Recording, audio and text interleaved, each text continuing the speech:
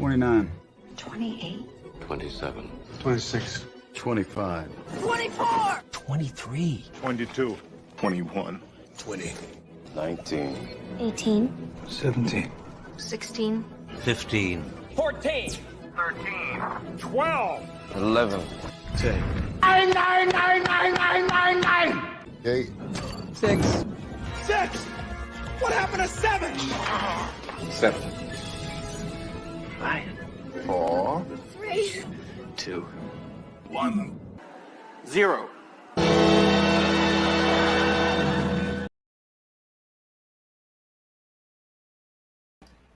Well, there's 4 people here, and I don't know why I never thought of this, but we're going to look at sharpening system video.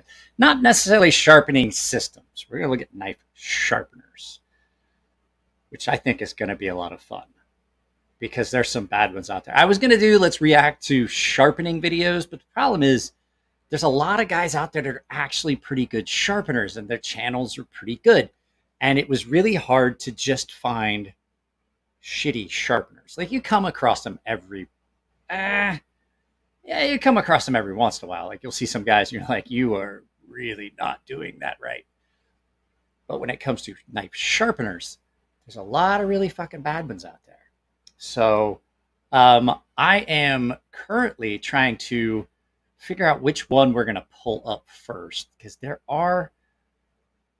I think it's going to be this one. I think this is what we're going to do, and I'm going to pause this right now because I know what's going to happen is there's going to be people that look at this and they're like, but that's a good sharpening system. And I'm going to disagree because there's a lot of people who don't realize how badly some of these systems can really screw your knives up. So that's what we're going to do. But we're going to wait a little bit till we get here. I did want to touch on something. We've talked about it on Jared's channel. They talked about it on a couple other people's channels. I know Metal Complex talked about it. There are a lot of people out there, and I've gotten the same messages from people like, "Hey, I got your message that I won," and I was like, "You're not one of my paying members. You didn't win anything." And so, if you get a notification saying it's me telling you won something and you're not one of my paying members, you didn't win anything. Don't respond with them. Don't interact with them. Report them. And then take a screenshot and send it to me. My email address is in the description of all my videos. So the thing is that there are people that are trying to screw people. I won't try, unless you win something and you're overseas, I'm not going to charge you anything for shipping. It's just part of the deal. And the fact is, like I said, there are the only people that ever win anything from me. It's not even done here on YouTube. It's my paying members, and I do that off-site on the Gilded server that all the paying members have access to. So yeah, that's really starting to get annoying. It's happened a couple times. It hasn't happened with me as many times as it has with like Jared, but I guarantee it happens with some of these guys that do a lot of giveaways, like Bees Blades and stuff like that. Guarantee it happens all the time. And I'm not like, if that's how other people want to run their channels, that's fine. I just don't like the interaction we have when we do general giveaways, because then you get a bunch of people here. They don't give a crap about the community. They don't give a crap about the actual videos. All they care about is just simply trying to get something for free. At Chef Rocky here, love to you and yours. Roxy. Okay. So yeah, I mean, that's something I wanted to touch on. We got 27 people here. We got 2 hours, maybe, depending on how my body feels. And my daughter was in the emergency room today, of all days. Guys, I haven't decided what we're going to do yet. My birthday is the 30th, and I haven't decided what I'm going to do special for the channel. It probably won't be on my birthday. I may just take my birthday and do what I fucking want, which is probably not going to be do anything channel related. And I have not been doing a lot of filming. I have been back to, I'm going back to basics and looking at what I enjoyed about making videos before I tried to do so many videos at once. It was kind of fun and challenging at first to see how many videos I could pump out. But then it got to be like, it was just like cookie cutter videos, and I wanted to do something special. So you've seen a couple of them where I went back and I've kind of added stuff in, and I'm trying to do some things like that. It's just like you lose, like when you're just doing something just for the sake of doing it, you lose kind of fun in it. And so I'm trying to go back. No, she's okay. She's been having some problem where like everything she eats, she brings back up. And so they ran a bunch of tests. They did ultrasound, they did a bunch of blood work and stuff like that. And everything came back normal. I mean, we still have to do some more testing because there's no reason that a 14-year-old child should be throwing up everything they eat or drink. So they gave her some fluids and stuff to administer. Nothing big. I was concerned, but everything seems to be fine. Burnt Toast is here. Don't know if you want to know how my body feels. But I've been pretty sick lately. I've got a lot of medical issues here going on. I've got some testing still that I have to run through, and I'm probably going to have surgery. Indeed, find your love again, whatever it takes. I think that putting out videos every day, that's still even challenging to have it come out and be a good product. Like I did the video that's going up tomorrow. I literally spent all day on. And if I'm doing like 9 videos a week, I have to do multiple videos a day. And you just get to a point where you're like, this and this and this and this and this. And you're just throwing stuff together. And it doesn't have any heart in it. And so we're going back to doing stuff that I can do and feel good about. So what we are going to do is we are going to watch some of these YouTube videos. And I'm going to expand this. And this is one that I'm on the fence about. So this is a Ken Onion Work Sharp. I hope that is this the, let's see here. I think this is an ad. The award-winning Ken Onion knife and tool sharpener was designed by Work.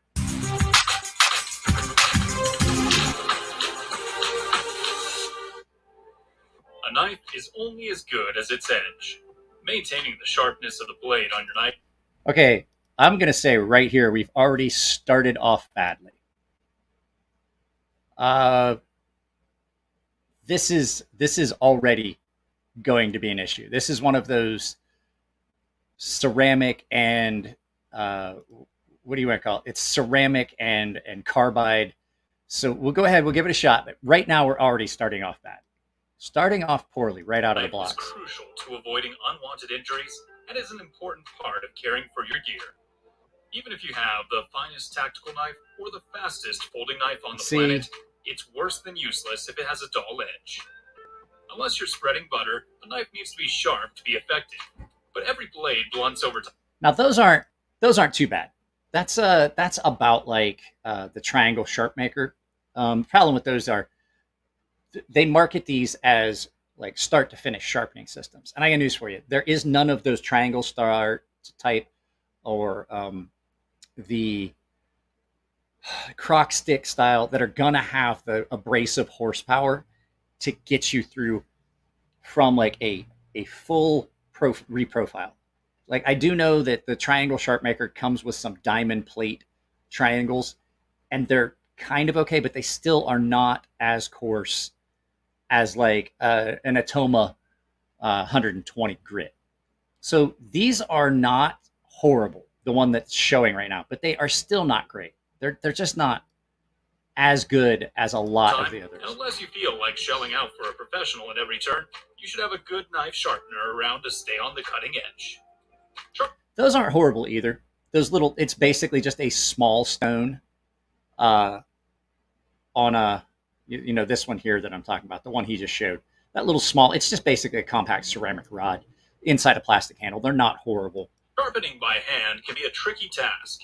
But this is basically a multi-tool. Maintain the proper sharpening angle. Now this is a lot like something that my father would have had. This is like a almost like a diamond hone. He had one of these. It's not horrible. These aren't horrible. They're basically a steel, like a pocket steel. Only it's like a 3000 grit diamond plate on that. So they're not horrible. Let's get back to this. produce a razor sharp edge. Over the last few years, Yeah, see, it has a coarse some side and a fine manufacturers side. have developed solutions that can produce knife blades sharp enough for surgery. Finding the best knife sharpeners on the market. So now, that's just a Smith's stone. That's just probably just like an India stone. And that's not bad. And you've got an angle guide. So I don't use one, but an angle guide is absolutely an angle guide is absolutely something you can use until you get comfortable finding your angles. What was this? Yeah, angle systems will be okay as long as they have okay stones start to finish. $300 above knives, $300 and above knives get to pull through. What? Sharpening by foot is way harder. Yeah, but we saw what happened with Jared. Can you even get a full range of diamonds in kitchen hones? I don't like diamonds to begin with. A lot of time, unless they're like the diamond matrix or like those Vinev sintered diamond stones, those are okay. But I prefer, for most steels, I prefer aluminum oxide stones. So this India stones are an aluminum oxide stone. They're a little bit different than the ones I have, but basically that's an India stone. You can do, I mean, that's what a lot of people sharpen on and have sharpened on for a long time. Oh, Rocky, I wish I could see. Here, let me give you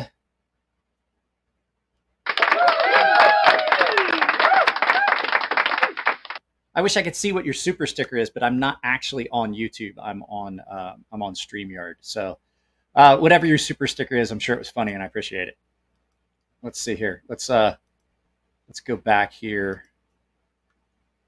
Anybody, if you like, I can't read the super stickers. I apologize. So if you drop a super sticker, I apologize. I can't even see it. I mean, I could go back and look at it later. Super chats, I definitely read all. Well, I try to make sure I read all the super chats. Yeah, that's a. To help you out, we put together this list. But that's absolutely not the stone. See how they're doing? Like they're marketing. We spent many hours researching to narrow this list go down. back. Here. Okay. Have developed solutions. So let's go back to this, and I'll show you one thing. Like, for surgery. So that's a recurve knife. Knife sharpener can be as tricky as finding a decent knife. Let's see here. To help you out, we put together this list. So can you see right here where that stone's not even touching that knife?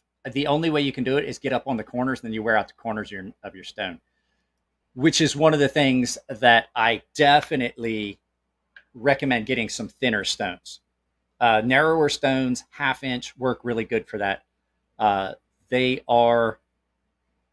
I can't see any of the stickers. I can't see any of the stickers. Sorry, Rocky. I can only see the super chats. I can read them. I can see that you did donate, and I appreciate it. 10 bones is like every 10 bones makes the channel a little bit better.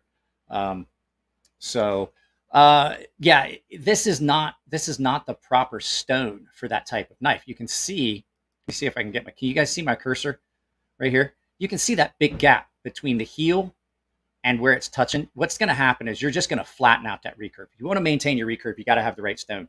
They're talking about the right stones for your knife, finding a good sharpener, and they're demonstrating absolutely the worst way to do a recurve knife. You can even see where this part here and this part here are changing shape. Can you see how it's starting to flatten out?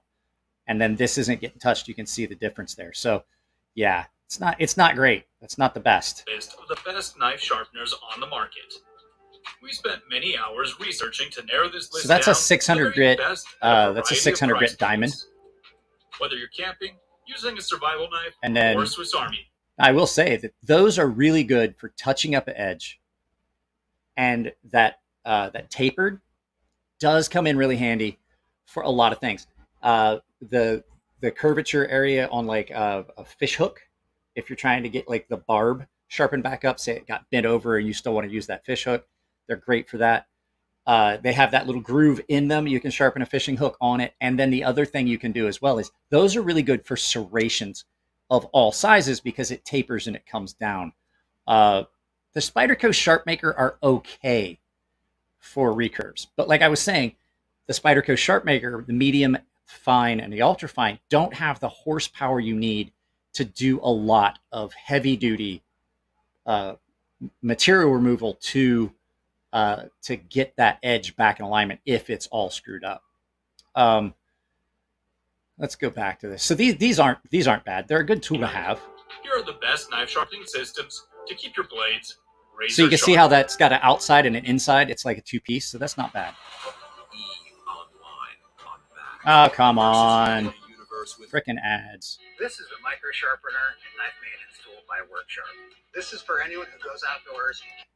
So like I said earlier, this is like a sharpening multi-tool. This one that they're showing right here. Guys, I apologize for interrupting constantly, but I do have to tell you, like, I got some advice. I said I wanted to do this. I got some advice from a much bigger channel about doing reacts.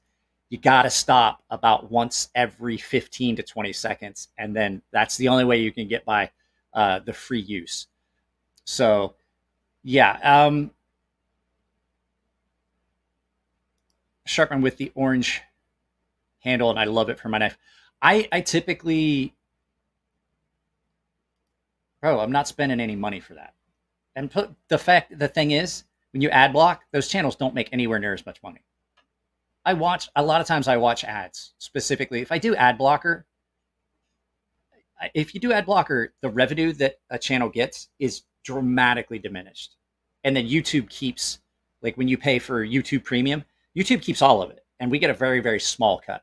I use ad blocker for some things, like if I'm just watching like some stuff, because I do have an ad blocker. But like when you ad block a channel that you're watching and it's monetized, you're basically taking, like everybody's like, no, they still get paid. Nothing near as much as they would make if you just watched the ad through. So at any rate, let's get back here. So these aren't horrible, and it's got a lot of stuff that you can work with. It's got a little diamond and a little ceramics. You got a medium and a fine, and you got some tools for maintenance. See? So you got a fine ceramic. You got some Torx bits. It's a two-stage knife sharpener that provides angle guides for the diamond sharpening. Yeah, and then see, so you've got an angle guide if it happens to be the angle you want to use. To maintain your edge. So it's not horrible. It really isn't horrible, but it's also, that is not a sharpener, in my opinion. That's something you would take to the field if you're using your knife and you're going to touch it up. That's a hone. It's not necessarily a sharpener. It's not going to, you can't, when I talk about a sharpener, I'm talking about something that goes from start to finish, all the way through the sharpening. That's more akin to a strop or a ceramic rod. So basically, I mean, it's pretty cool. That you can have like a small compact sharpening, maintenance rod. But that's very small and it's going to load up really quick, and you'd have to clean it up with some, you'd have to clean it up with a little bit of like Barkeeper's Friend and a green scratchy pad to get the steel out of it. So let's go ahead and, so they're talking about that one. Let's see what the next one is. The Sharpal. 6-in-1 knife sharpener and survival tool is the must-have item. See, this is another pull-through. It features two V-notch sharpening slots, a tapered diamond rod for serrated edges. Which is, that's kind of cool. A special groove for fish hook. But I'll bet you dollars to donuts that when we get and we watch a little bit further, one of those is just 2 carbide wheels, and that does you nothing. The big problem with, we'll do this, I'll explain it.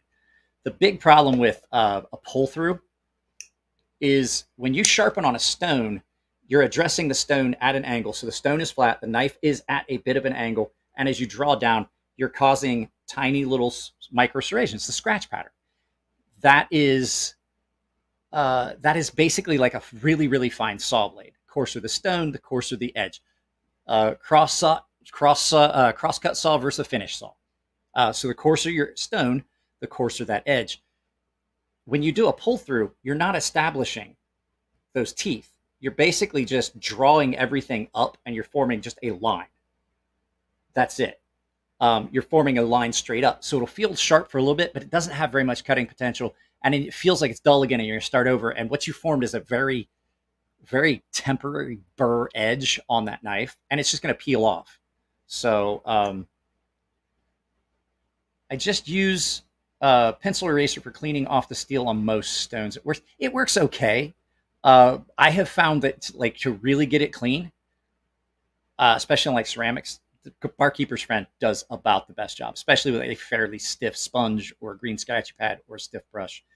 The downside is it gets everywhere and it looks like somebody's been doing nose candy, booger sugar all over your kitchen. So yeah. All right, let's go back to this. I guarantee that this is going to be carbide wheels. A fire starter and a high-pitched emergency whistle. First, let's look at the #1 tungsten carbide sharpener. Yep, the see? tungsten carbide sharpener is for coarse sharpening and quick edge setting to help restore your double-beveled straight edge. I hope they show what it's actually doing. The arrow shows the proper direction for pulling the blade through. Make sure that the sharpener is on a flat surface. I hope he's going to show, because it's going to just listen. Into the sharpening slot at a 90-degree angle to the sharpener, and that the cutting edge line is parallel to the flat surface. Then pull the full length of the blade through from hill to tip. The tungsten carbide material and the optimum preset. Yeah, can you see it? It's just cutting off. It's just cutting off then material. Switch over to the #2 ceramic sharpener for fine honing. This will polish the blade to a finished edge in several strokes. That's going to be. Hey, what's up? Oh, you can't see. Shit. My bad. Let's go back to that. We'll rewind just ever so slightly. I forgot to click the button. So you can see as he's doing it, you can see that there's material right here that's building up. Then switch over to the #2 ceramic sharpener for fine honing. This will polish the blade to a finished. Can you see the material that build up there on those? The Sharp Out 6-in-1 also it's not going to give you a very good This is edge. perfect for sharpening serrations and gut hooks. So yeah, I mean we're not going to look at. We'll look at the AccuSharp. Hello to the AccuSharp Blaze Orange Knife and Tool Sharpener. This is 100% just a carbide. Best reviewed sharpener on the market. It's If you're a hunter, backpacker, camper, bow hunter, or just love the great outdoors. that's you pretty need bad. Why this is this product. like that? It features a V-notch sharpening slot. See, this is with another one of those diamond-honed V-notch. tungsten carbide sharpening blades, an ergonomic grip. So the amount of full-length material that finger this guard. takes The off, high-grade, industrial-quality tungsten carbide sharpener restores your double-beveled blade. But it with doesn't. Just a few strokes, due to its. it doesn't. It's pretty bad, and they're just so the amount of material that these,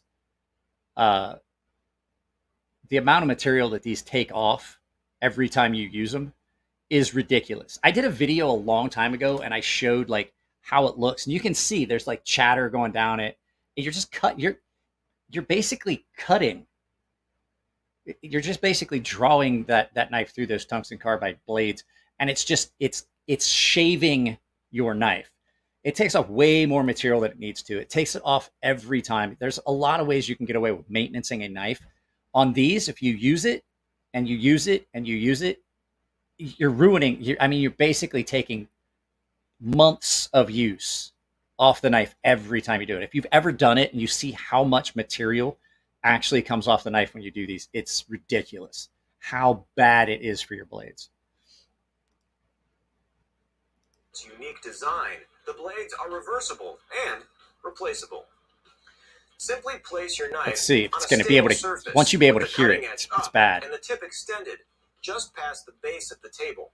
Place your sharpener at a 90-degree angle, and with light pressure, draw it along the blade's edge past the point of the blade.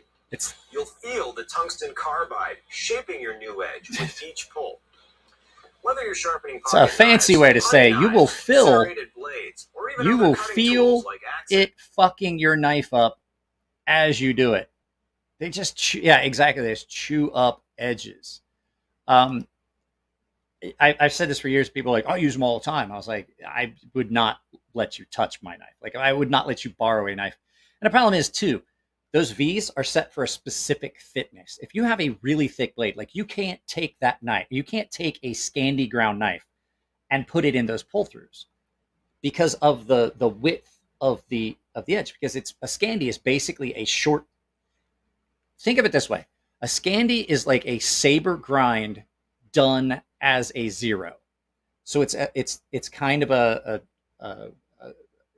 it's like a very short zero grind on each side. It does not actually have a secondary bevel on that primary. So they're really, really robust. But if you were to try to use that, you're not going to be able to do it. Hey, what's up, Happy Haptics? So let's get back to this. Or hatchets. You'll have a like new cutting surface. Now, I will say this one, of all the ones that I kind of previewed, is about one of the better. Sharpen anywhere, anytime. So this is... Sharpen with a diamond blade. It's got a fairly aggressive diamond. All right, come on. It's got a fairly aggressive diamond and then a ceramic rod. Now, it's going to be a very... It's going to be a very aggressive edge, which is fine, because if you're out in the field, a lot of times that's what you're going to want.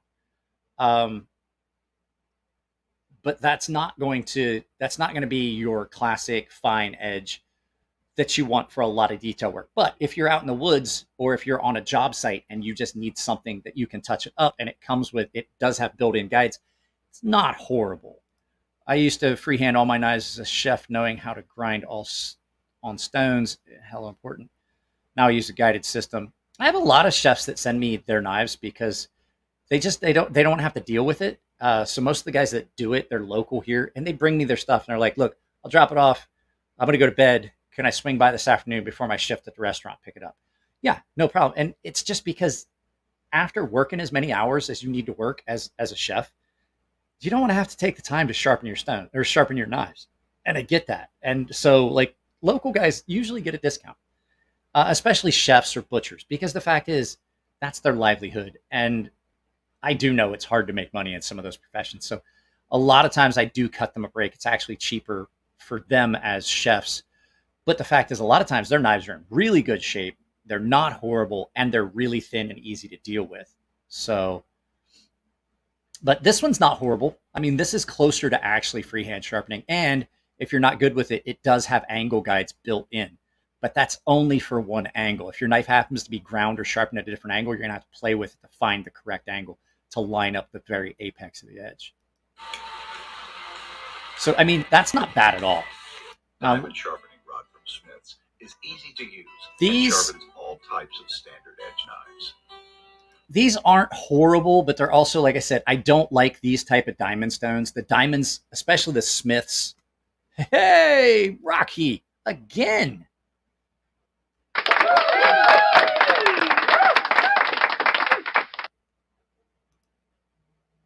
Was this? Thanks for taking care of my knives. Yeah, we don't have the time. Let's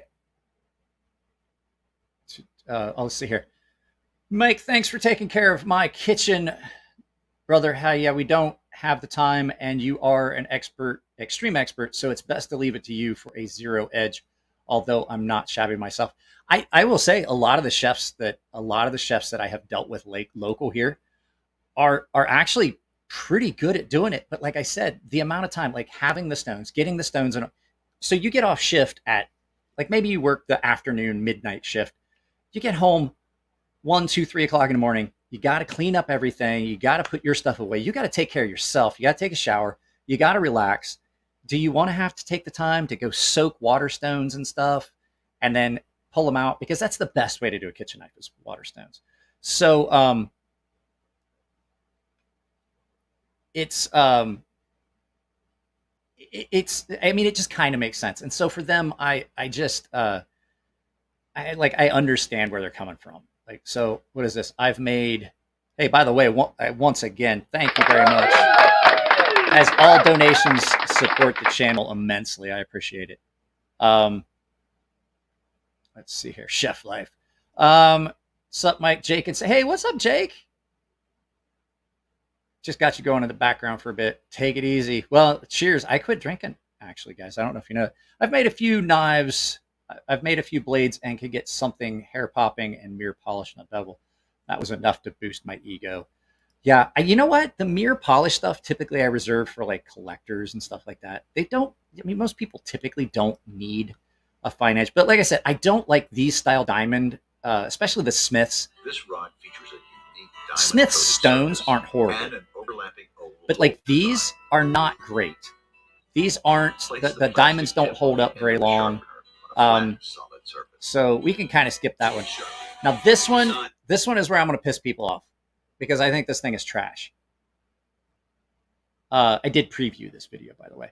This is not one.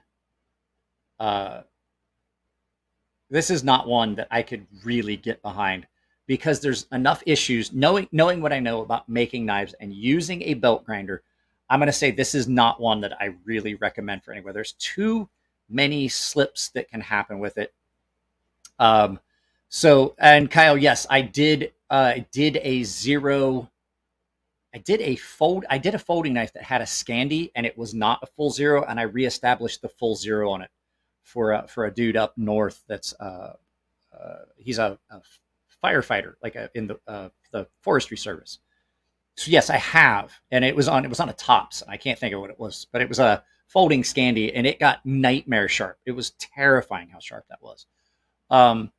So the problem I have with these are you have multiple belts in multiple grits, but there's not a speed control. So if you've ever done anything with making knives, you know that finer grit, you start with a coarse grit for your main edge, for your main grinding, and that takes off. Most of the heat is kicked off with the sparks. So you can go to town, high speed on a coarse edge or on a coarse belt, and you're not imparting a lot of heat because most of that friction comes off with the sparks you're making. Those little chips and the sparks you see, they're taking the heat away. As you step up in grit, there's more surface contact and more abrasion, and so you get more friction. So each time you go up in grit, you have to go down in speed to a point where, like, when you're doing finish grinding on like a 400 grit belt, if you go that high, you can watch the seam on that belt go by every time. Because if you don't slow your speed down, what happens is your belt is so fine that it's just like rubbing the belt directly on it, and you get a lot of friction. So you have to slow down, you have to dip water a lot, or you make sure you've got plenty of mist on the blade. But you have to slow your speed down or you'll burn your edge. The problem with this, there's no speed control on this. So you have multiple grits. So it's a belt grinder. And the other problem you have is, see how they're putting it in? Watch how when he puts it in, there's a pause. He puts it in, and then there's a pause before he starts to pull. You're not going to get it even. Like, you need to constantly be moving that. You can't isolate it in one area ever, or you're going to have a spot that's inconsistent. And see how he's wavering? I just don't think that it's good. You can see it. Wait. Go back. Watch this. So watch this. Can you see right here? That's exactly what I'm talking about. Can you see that low spot right in the blade? Right at the heel. You can't see my cursor right now. Right here. That's exactly what I'm talking about. That's what you get when you use these. Because you wind up, you get it in, and while you're messing around trying to get your angle and get it in there, and you hold it too long in one spot, and then you start your pull, now you've destroyed that knife. That knife is ruined. Like, that would take me, it would literally be cheaper for you to buy a new knife than to have me fix that. Can you see it here when I do it now? Because I don't think you can. So yeah, that's absolutely what I was talking about. I don't like anything about that. I find it really problematic, and it's just one of those things. It's just one of those things where I don't. That's horrible. That is hideous. I mean, that's not a good knife anyway. Who knows? It might have been like that before, but that exemplifies exactly what I was talking about. So.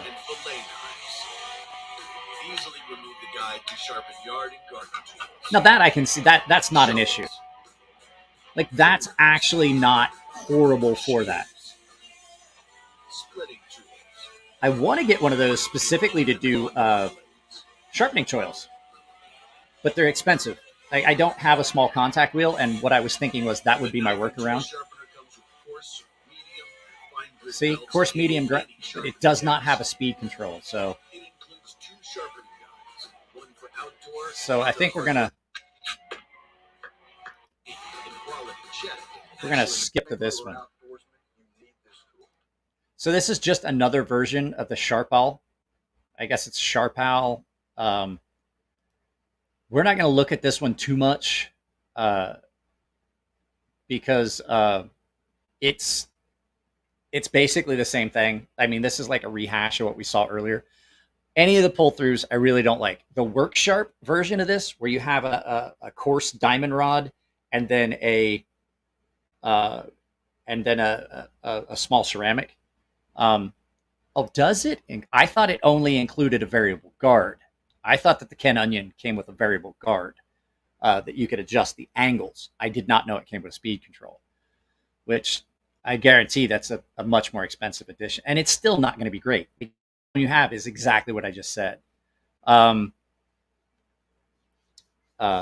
no, I meant for, okay, so I'm trying to finish making a couple knives. I need to make sharpening choils and finger choils in the handles. I don't have the small contact wheel I would use for that for making knives. Sorry, I should have clarified. I can do, small sharpening choils. I'm talking about adding a full finger choil to a knife and then shaping the handles into the finger choils or finger choils. So my bad. So yeah, this is going to be basically a rehash of the one that they showed earlier.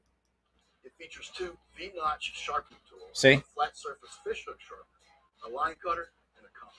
The #1 tungsten carbide sharpener is for see, it's the same thing. Quick edge setting to help it's the same thing. So we don't even need to look at that. That's just not how I would. That's not at all how I would sharpen it. And I'm sorry, guys. Give me a second. I'm gonna do this. So we have there's some other videos that are on here. Now, like I said, I do know that there are decent sharpening systems out there. There's a lot of guys that do a really good job with that TS Prof, which if I was going to recommend a sharpening system, I think TS Prof, the one that has like the pistol grip with the diamond stones, I can't think of the name of it off the top of my head. That one's pretty good, and then that work sharp one that uses the stones and the guides and everything. And it's a guided angle system. All okay, but the problem is people take stuff too far. It's not the system's fault. It's not the system's fault that they screw things up. It's the person using it. They get in a rush. You see these videos where the guy's just going to town like this, and you're like, yeah, KME. There you go, the KME. Those are all decent systems, and you can get a really good edge with it. My only thing with the I'm prioritizing my internet right now. We've got so many devices. I have to do this. But the fact is, for $140, I could get a whole new set of stones from 200 to 3,000 grit, from 200 to 3,000 grit for $140, and I can use it on anything. Because there's a lot of knives, like I still would not use any powered sharpening system. I just do not. I absolutely do not recommend. So we're gonna pull up my MacBook Pro here and prioritize it. So yeah, that's what I was going to say. The aftermarket stone holder. I just don't like. I think that a sharpening system, a guided system, takes me longer to set up and do the work than I've got it down to where I can do knives really fast. If I film it, it takes longer because a lot of times I'm talking and things like that. But I feel like I have more control. I don't like stone above blade because then you can't see where your blade is in reference to your tip. You lose a lot of stuff. You lose a lot of the control. You can't really focus on a specific area. You can't do the convex edges the way I do. And if you tried, you could like just multiple angles and then go back through, and it would literally take 6 times as long. I like convex edges. I think they hold longer. I think they cut better. I find them to be more complementary to a lot of knives. And so you can't do that with fixtured systems. And then my thing with the Edge Pro is when I was talking about, like I said, Edge Pro gives you some decent edges. But I like to have my, like when I address the stone, I'm going this way. So my micro serrations are going this direction at an angle because most of the cutting I'm doing is this way. When you're using a Wicked Edge, I'm not Edge. Yeah, Wicked Edge, not Edge Pro, Wicked Edge. When you're using a Wicked Edge, you start at the heel and you're going forward, which means that your serrations, your micro serrations, are not going this way. They're going this way. KME, Edge Pro, you do it the way I'm talking about. You're basically going the right direction with the stone. So your serrations, as opposed to starting here and going that way, you're starting here and going this way. So it's always good edge in to a stone as opposed to doing it like, I don't even know how you would do it freehand to get that. But I just find that they don't cut quite as well. They're nasty sharp. They really are. But a lot of people like to take the grit way up too high. And while I kind of made a name for myself doing super high grit edges, those are on super high end collectors' knives. My knives, 1,000 grit. My Norseman, 1,000 grit. My PMP Big Boy, 600 grit. So do I parallel your micro serrations or make them perpendicular? No, I want them this way. I want them to go at an angle this way. So they're all pointing down that way. If you looked at it this way, it would look like a linear, you know how saw teeth go in the direction you cut? So you have a push cut saw where the teeth are facing forward. That's what you get with the Wicked Edge. A draw cut saw, the teeth are pointing to you at an angle to you. That's what I want. That's what I like. That's the way I find things that cut best because most people are cutting this way. So you want them to go that way. Yes, both sides point the same direction. So I go this way and then I go this way. So I'm constantly going this way. I'm not like going, I don't know how you would even do it. I honestly don't know how you would even do it. I just find that the Wicked Edge edges, while they feel nasty, nasty sharp, don't cut as well this way as they do like a push cut away from you. So, yeah, we're done with that video. I'm going to go find us another video. I had a couple of them like lined up here. Adam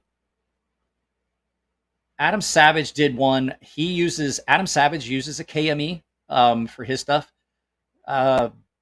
Zach in the Wild uses one. Now, I will tell you, there are some channels out there that get it right. Feel your best. As soon as I can skip this ad. By Squarespace. So here's a primer on sharpening kitchen knives. I'm trying to. Stones. This guy's channel is actually pretty cool. He does a lot of kitchen stuff, and cooking stuff. So let's go ahead and pull this one up. I saw part of this. He's using the same kind of stones I use. It's a King Deluxe 1,200 grit stone. It's probably like $12 stone. You don't have to break the bank. H. We'll talk about what the H means. We're going to cover the basic theory of knife sharpening. So this guy is technique, cleanup, and maintenance. So this guy's channel, he talks about a lot of kitchen stuff, and he's video should be interesting if you like to showing a lot of like how the deburring and stuff works. works. Humble home cook's opinion, the best sharpener is the one that you're actually going to use. So like he talks about it in here, but there's a lot of really good videos about sharpening out there. So let's go back. I watch a lot of that guy's content. The Adam Ragesso, I can't pronounce his name. But then you have some of these other ones. So let's look at how long is this video? That's 4 minutes. Here's using a hand sharpener. Wusthof. Okay, so this guy is from Wusthof Knives. Hi, I'm Chef Mike Garrity, Executive Chef at Wusthof Trident of America, and I'm going to talk to you about our handheld sharpener.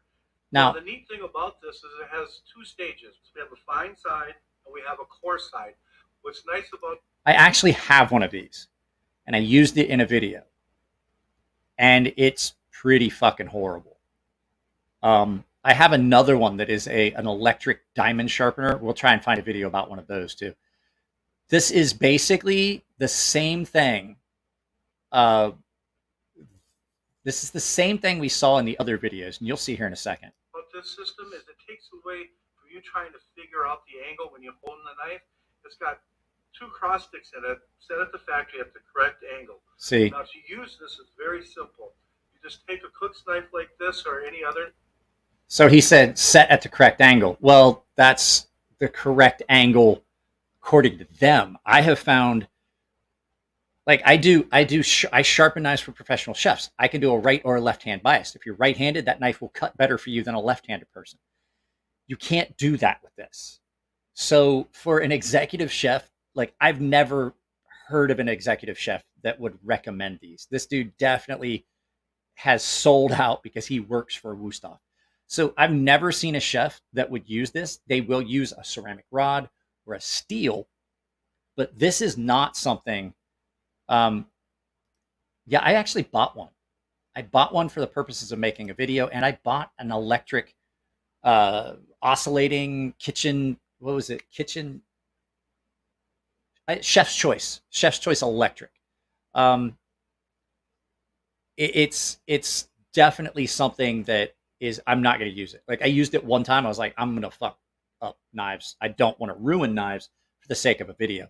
What is a right or left hand bias? That's news to me. So a lot of times chefs, because of the way they cut, what they want is one side of the blade to be close. It's almost like Jared's multi-angle. That's what right and left hand bias thing is, where one angle is a little bit different. So one's a little flatter than the other. It's almost chiseled, but not quite. And what that allows it to do is it cuts better as you're cutting through right-handed, and it pushes material away. A lot of Japanese chef's knives are chisel ground, either right-handed or left-handed.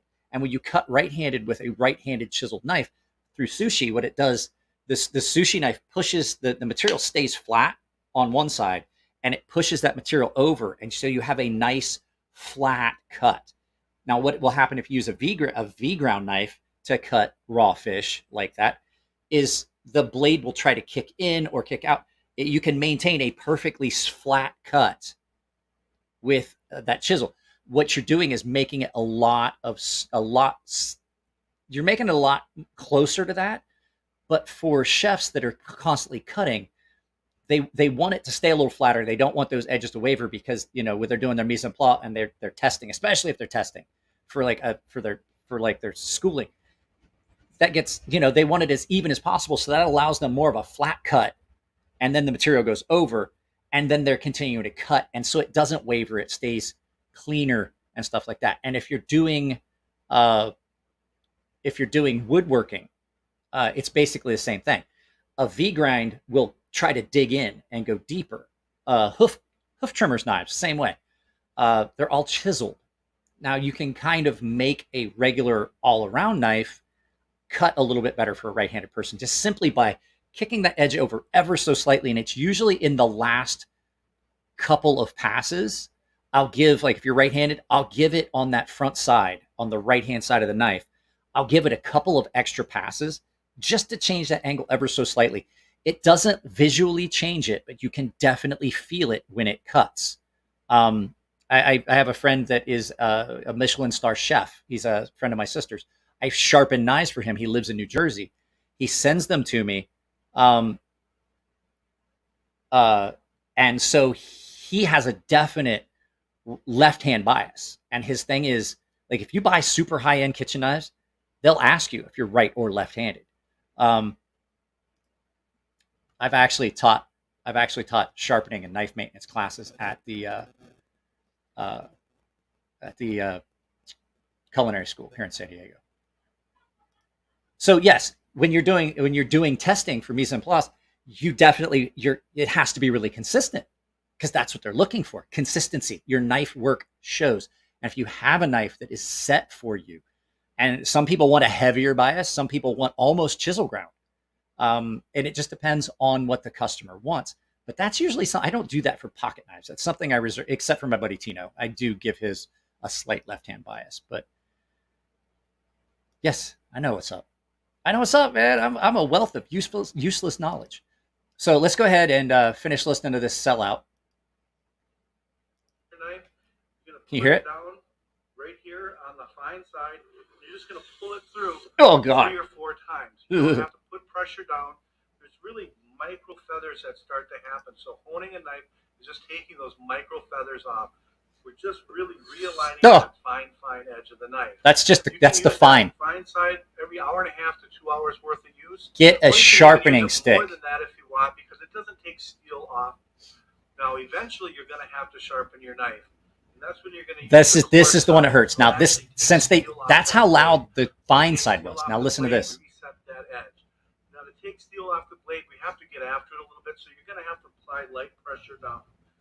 Listen. It's the same motion as. Oh God, it's going to be bad. Only you want to hear a nice even grind all the way through. We start at the heel. Screech, not grind. Oh. You're going to do that probably 3 to 6 times. Fucking why? That edge. Once you have the edge reset, finish on the fine side, and your knife is going to be right same angle that it came from the factory. It's going to be good as new. And if you own it, that is trash. That is trash. That is garbage. You want to hear it even screech? Man, it's times like this that I wish I still drank. Picked a hell of a day to stop drinking. Y'all know what movie that came from. Picked a hell of a day to quit doing heroin. You know what movie that is. Tea.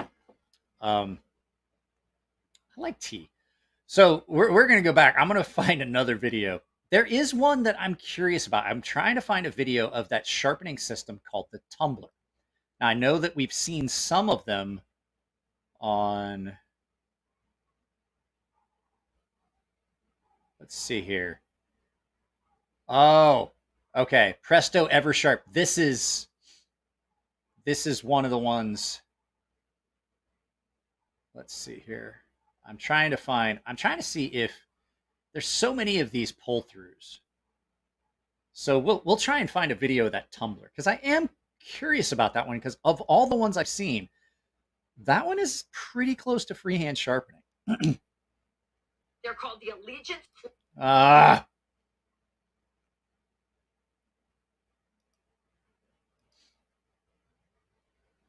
It's an advertisement. So we're gonna. This is really close to what I had gotten.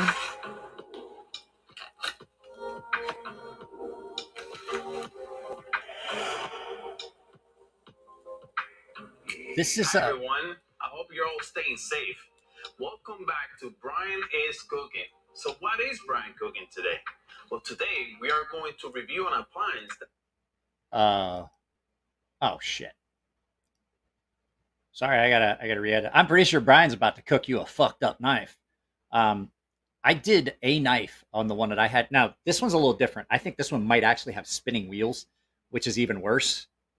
The one I had was oscillating plates, and it was magnetic, and you'd pull it through, and it just scratched the shit out of it. But I have to reshare this. Some reason it kicked me out. Let's share this. I'm just so amazed. I'm sweating. It's 78 degrees out here. It's been really, really humid today. It's not so much that it's hot. It's a dry heat, Sarge.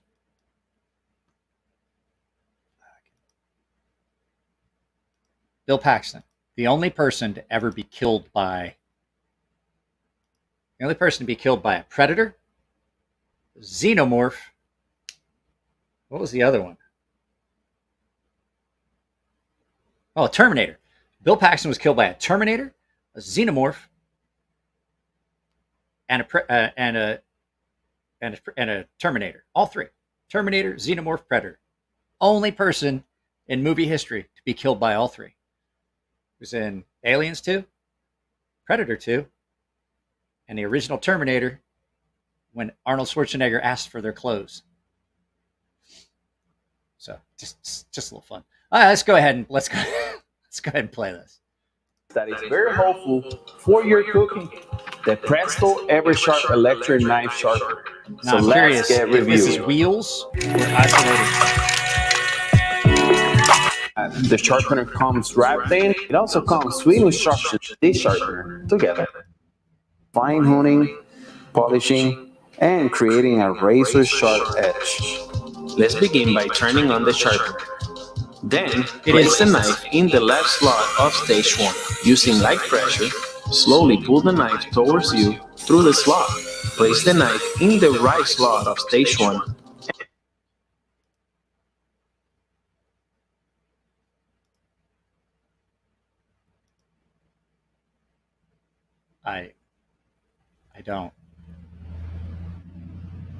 I don't know.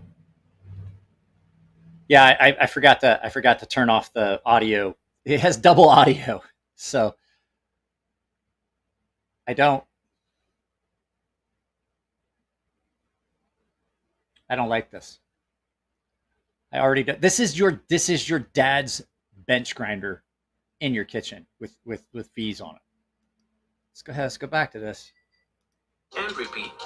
Alternate between left and right for a total of 3 passes on each side. So that's one wheel in here that's spinning. And you're just hitting it at different angles. See it spinning this way? Repeat this same process for stage 2. For those of you that are new to my channel, welcome. And be sure to subscribe. Yeah, I'm not going to and do hit that. Notification bell so you can see the new videos that I post weekly. Thank you so much. I didn't skip your ad, so. Yeah, you can see how bad that is. You can see the material coming out of it. There's a lot of material getting removed that probably did not need to get removed. Hey!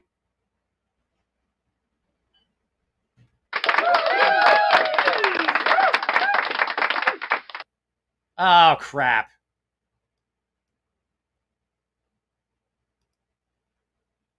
My bad. Did it again. At any rate, we'll rewind. I'll rewind it back just ever so slightly so you guys could hear it. Sorry. Welcome. And be sure to subscribe so now, and hit that notification bell so you can when see he pulls the new this knife out, you videos can that I see post how much weekly. material. Thank you Look so at that much. burr. Look at that burr edge on it, and that's horrible. Like, no one's knife is dull enough that they need that much. Carefully wipe the knife to remove any metal shavings. That's a lot of metal shavings.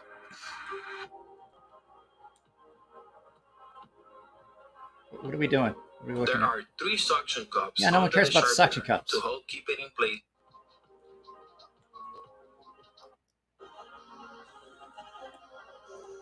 See, that's not even Do you know that the sharper your knife are? the Okay, sa- so let's go back to this. Like, that's not even that sharp. That's like, if you have to try that hard. Do you know that the sharp? If you have to try that hard to do printer paper, that knife is not sharp. So I don't care how many of these videos they show where, like, look how thin I can slice this. You can duplicate those with a knife that really isn't. You can do that with a knife that is not really very sharp. Yeah, we already talked about that with the Ken Onion Work Sharp, because if you put it in while you're messing around, it's touching, and then you've hesitated, and you just basically. This is basically, any of you guys that are old enough, remember the old school electric can openers? They had a knife sharpener on the back. This is the same thing. This is just an expensive version of the sharpening wheel that was on the back of an electric can opener, and they're horrible. They do such a bad job. There's no speed control. There's no room for error. Like, I'm sure that there's some people that can get a good edge on that, but not that one. So I want to try and look for. Oops, sorry, pardon me. I'm trying to pull up here. What is this? So this is Kent. So this is Kent Rollins. Kent Rollins is the cowboy chef. He actually, I watched this video. He does basically freehand what you do with a KME. So he puts the knife down. You can see it in the video. He puts the knife down and he puts the stone above it. I've seen a lot of people do that. I've done that with an axe, where I hold the blade stationary and I sharpen the axe head with it. You can do it with knives, and if that's a way that you were taught and you've gotten good at it, it's pretty. It's pretty even with doing it the other way. So his stuff on there, I'm not even gonna show it because it might look weird. Because, like I said, what he's doing is he takes the knife and he holds the knife stationary and he's moving the stone. And you can do a decent edge that way. You really can. And if that's the way you were taught and you're good at it and you're consistent with it, it's still a decent edge. I've seen a lot of people back home sharpen that way. They put the knife down on a block with the edge sticking out, and then they run the stone, as opposed to, they treat it almost like a file, because that's what a lot of people on the farm are used to using, is a file to do stuff like an axe head. So when it comes time to sharpen, that's a motion, that's a method that they're used to, they're comfortable with it, and it's not horrible. It actually is comparable to the way I do it freehand on top of the stone and just moving the knife. You can do either one.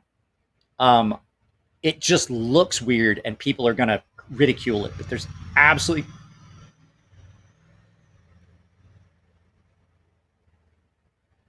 nothing wrong with that method. And then he shows how to finish up on the ceramic rod. I've seen that video several times. I like Kent Rollins' videos. He does a lot of really good cooking videos, and I enjoy them. So let's go ahead and go back here. How to sharpen dull knives. There's our one. This is sharpening mistakes. This is actually a pretty good tutorial video from Ethan here. Let's see here. I'm trying to, so the Any Sharp knife sharpener is horrible. This is one of the worst because it literally only has the carbides. There's our buddy Tyler. There's my my product testing doppelganger. What I'm trying to find here, this one. This is the one I had.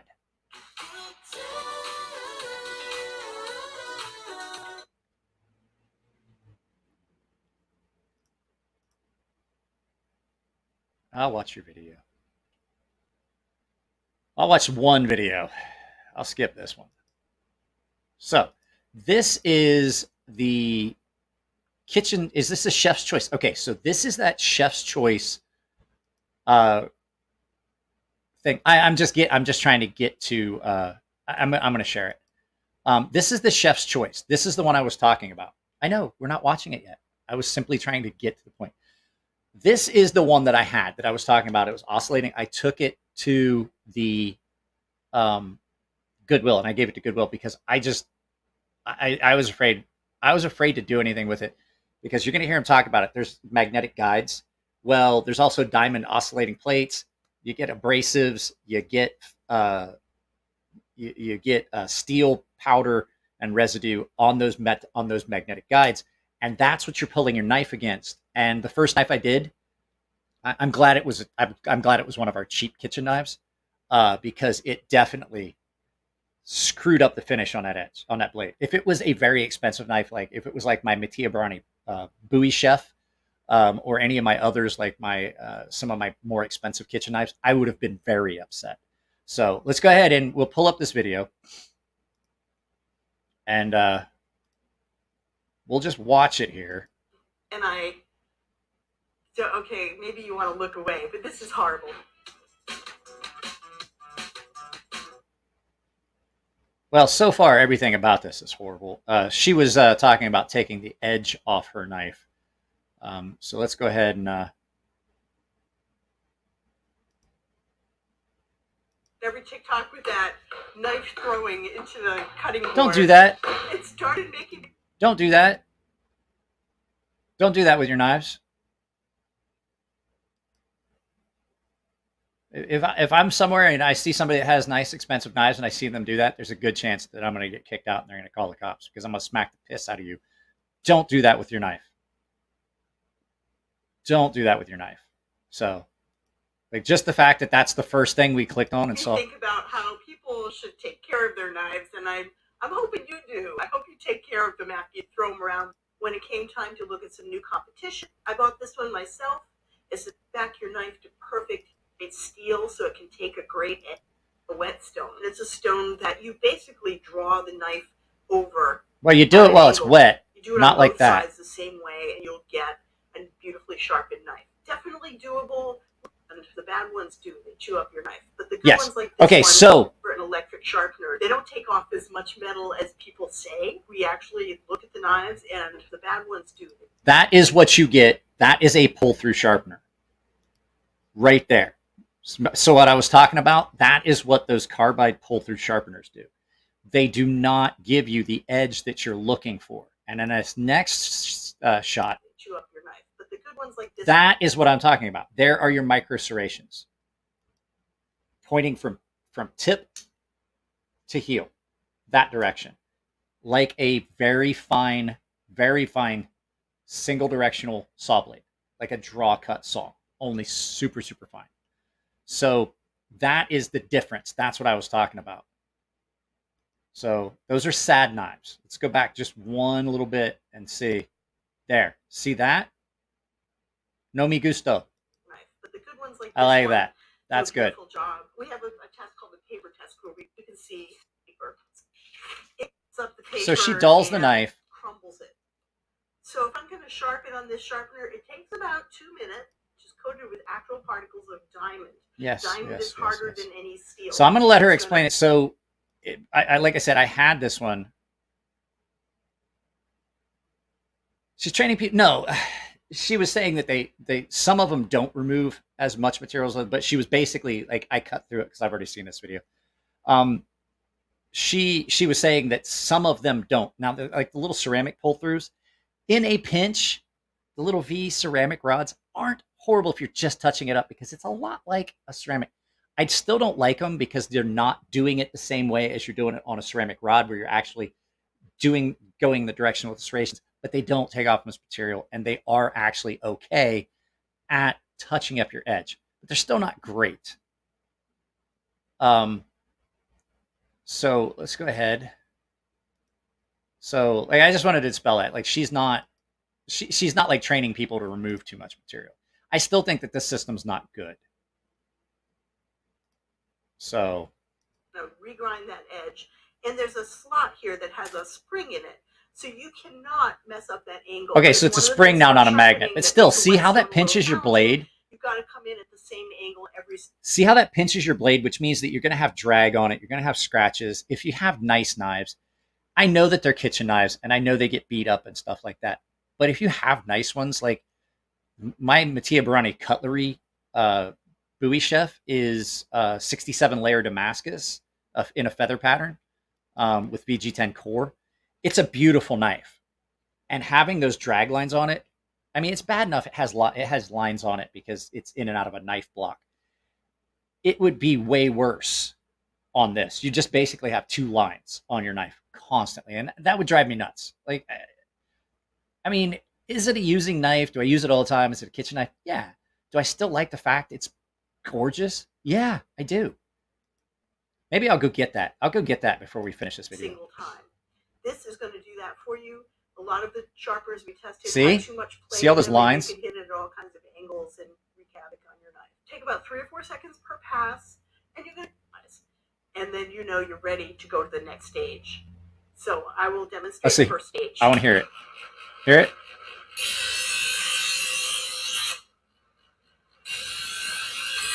So it's oscillating. So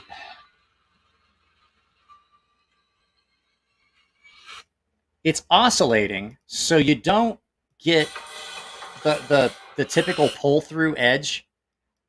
You don't get the typical pull through edge. You get something that's a lot more similar to, but they're circular because it's oscillating.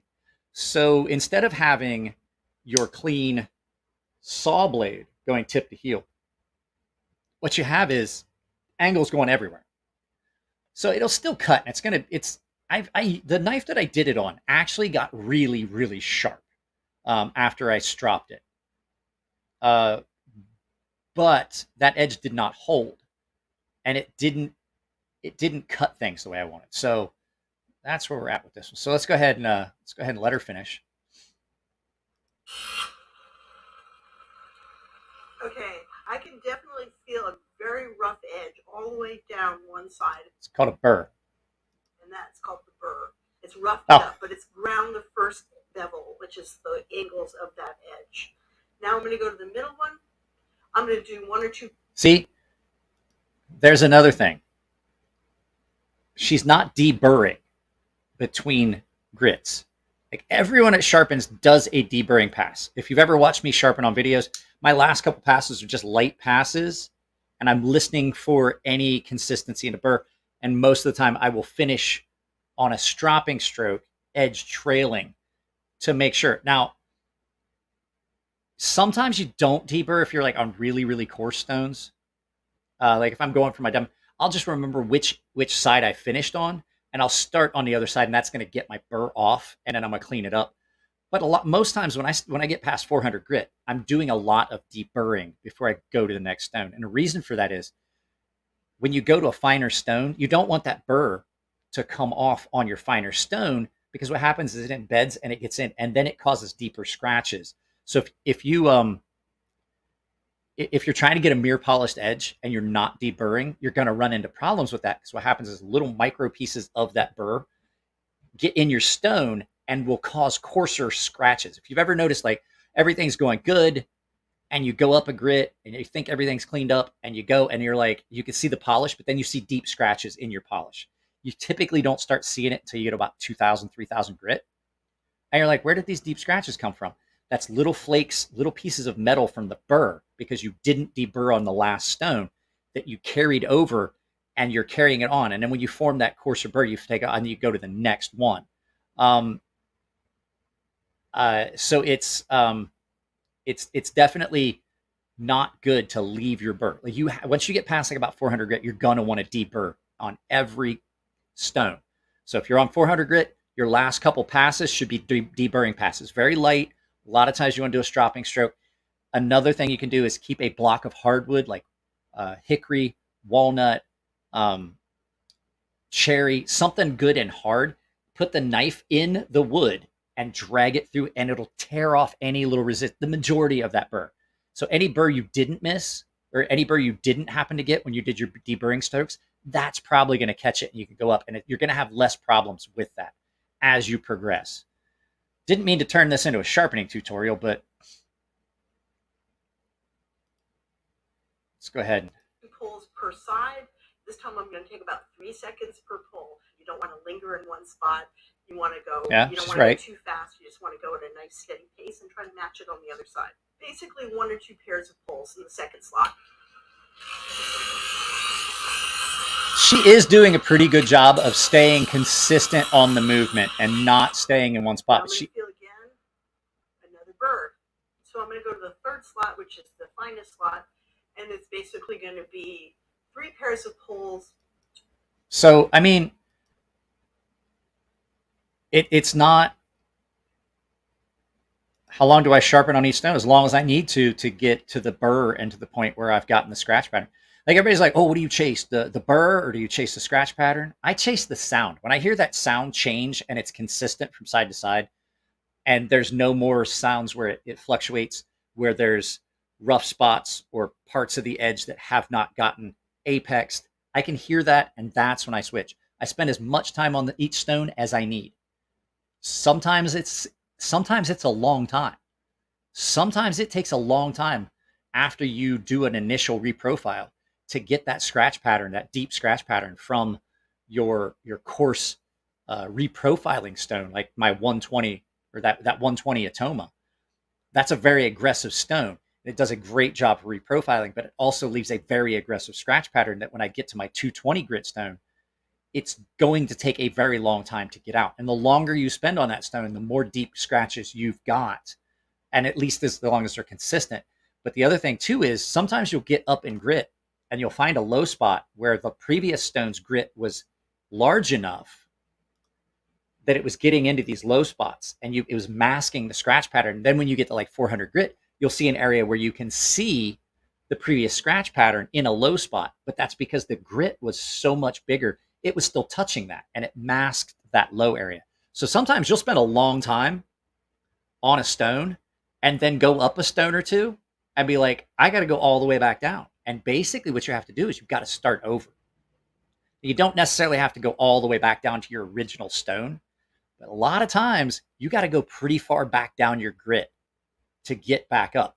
And that's what a lot of times people don't realize, because when you do a belt edge, when they do like a 220 grit belt edge or a 180 grit belt edge, which is a very coarse edge, it cuts great. You ever notice how really sharp a factory edge feels, but then it just kind of gets dull quick? It's because there's not as much material, because it's a really coarse edge. So there's not as much material and they break off easy. And that's why you got to resharpen it. But there's a lot of times that edge fluctuates and it looks nice and clean till you put it on stones. And then you realize there's low spots because the size of the grit they were using and the fact that there's some slack in that belt will allow you to kind of mask low spots. You won't see them till you put them on a stone and you start getting into finer grit, like 400, 600. You're like, oh crap, there's a low spot right there. What was this? Love your ethos on sharpening, my man. Truly are a master. Great to hear you take us down a rabbit hole tonight. I typically, like, the sharpening stuff is typically reserved for paying members because they have access to a sharpening tutorial series. But this is just general basics of sharpening that I've done a bunch of times. So, but I appreciate it. Thank you very much. Happy haptics. So let's go back to this. Now, this is not a horrible system. Of all the ones we've seen, this one would be probably one of the better if you don't mind having those linear scratches down your blade. 2 to 4 seconds, and then you're going to do a couple pairs that are really fast. Now, 2 real quick ones, 1 second pulse. Okay. And you can hear that That's it. Now let's get a piece of paper. See how we did. That grinding part was very much finer. Bent the paper, go at the heel. Whew. So that knife is.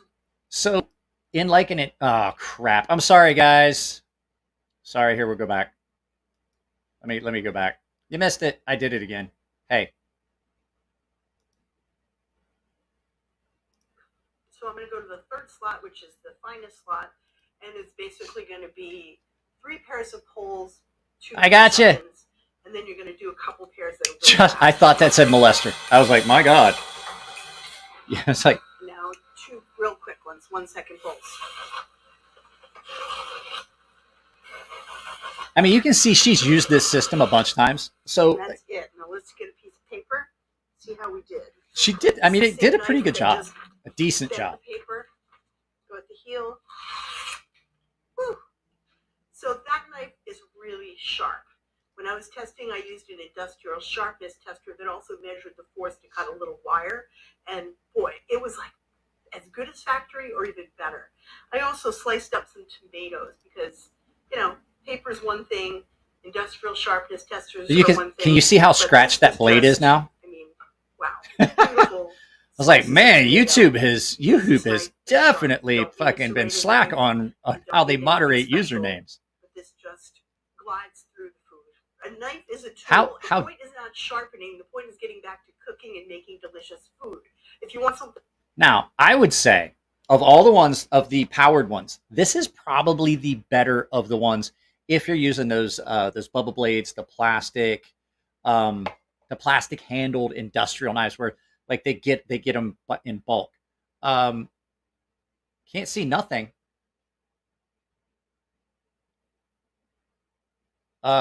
We just watched it again, Darnell. But what I was saying is of the ones that we looked at, that are the electric ones, I'd say this is probably the better of the two. It does not go too fast. It's not overheating. The ones with the wheels have a tendency to run too fast. This is an oscillating plate. Well, that was the whole point. I'm here. I'm here. I'm back. I'm back. I'm back. So at any rate, what I was saying was, I did that on purpose. I wanted you guys to see. Can you see me now? He might be. Sometimes you pause. You're still in area. But what I was saying is that one for like an industrial kitchen where they have a lot of those plastic handled like Ontario industrial knives that they get through like the food service industry. Those things are actually not bad knives. They're really cheap and they're throwaway. They're decent for what they're using them for. So we're gonna get to the Tormek. We're gonna get to Tormek because that's the one that if I was to get a sharpening system, that would be the one I would get. So that's the one I was saving for last. Yeah, beat me to it, Tyler. I absolutely love the fact that you can get a Tormek, and I would love to have a Tormek because you can. There's a lot of versatility with stuff you could do. Can I afford a Tormek? No. And do I have space for it? No. But I would love to have one. It's one of those things that's kind of like a dream because there's a lot of stuff you can do with that I can't do.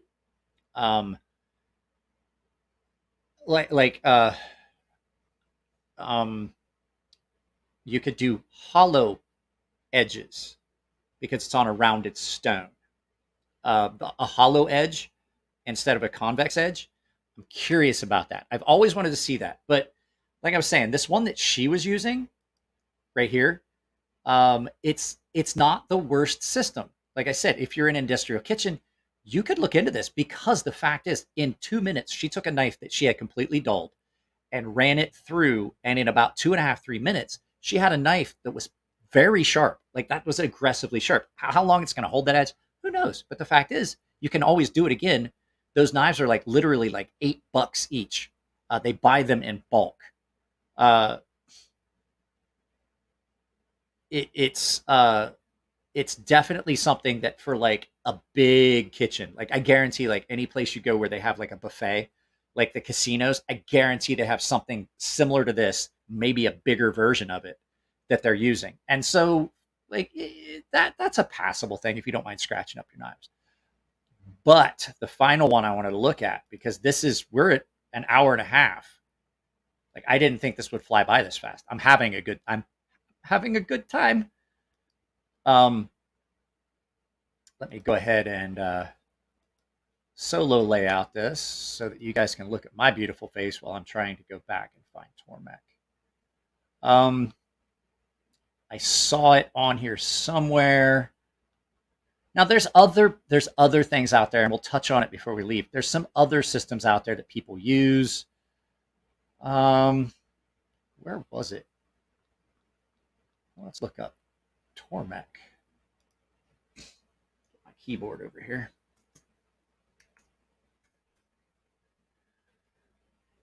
Tormek Pro Kitchen Knife Sharpener. So, let's see. I'm trying to find a relatively short video on how this works. Here we go. So we're going to bring this up because these guys are damaging a knife. So we're going to pull this up. What is this? That one I am curious about. I wanted to find a video about it, but I didn't see any videos about it. I know what you're talking about. It's called the tumbler. And I think that gets you closer to what you do freehand because it's like a cylinder with a diamond face on it, and then the blade is at an angle and you roll it. And so the diamonds are going at an angle. That's actually pretty ingenuitive, a very cool thing, like thought process on that. And I am curious about it. But I did not see any videos on it. But we are going to look at this one. This is a Tormek. They're going to restore a knife that they've damaged. And so the Tormek, for its price, is a very, very good system. So they're... This Dexter knife they've given me is very, very dull. Got a few nicks in it. rounded edge, and then I'll show you on this orange how it won't even grab the skin. So yeah, that's, I mean, That's a good test to see how sharp they are. That's. So we'll sharpen that, and then I'll come back to you with this. And this is a P9 4801 Dexter. This knife, I've got it set at a. Okay, so he's using a diamond. Sharpening this knife, and I've got it set at a 30-degree angle. And I'm just passing it through this. Now this is the diamond one. I don't see the one. I don't see the one with the water bath. And then this is the buffing wheel. So if I was to get one, I wouldn't use this. I would definitely want.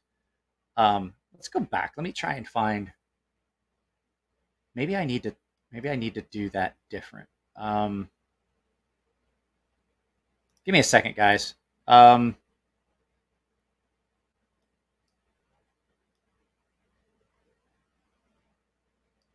think that's. I think I want the Waterstone one.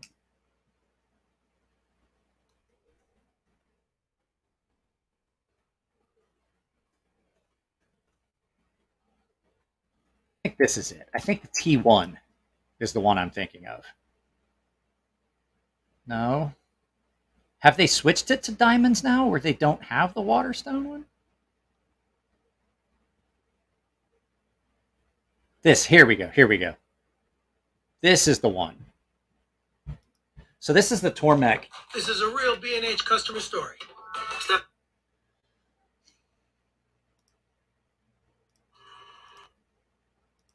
This is the one I was talking about. This is the original Tormek that I'm used to. Yeah, I would, but I don't want to. If I do Cedric and Ada, I'm definitely going to get a copyright strike. And I don't want to have to ask Cedric to dismiss my copyright strike claim. I just don't even have to do it. Cedric, Pete's a busy guy. Pete doesn't need to have to go and say, hey, no, it's okay. He can have that revenue.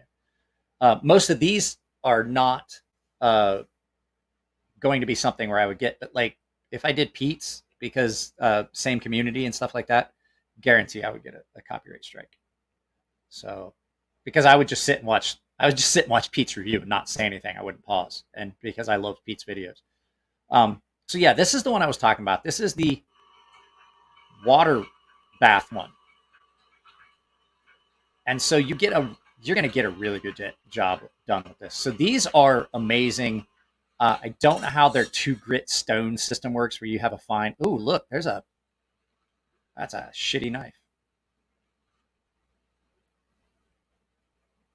Yeah, that's pretty bad.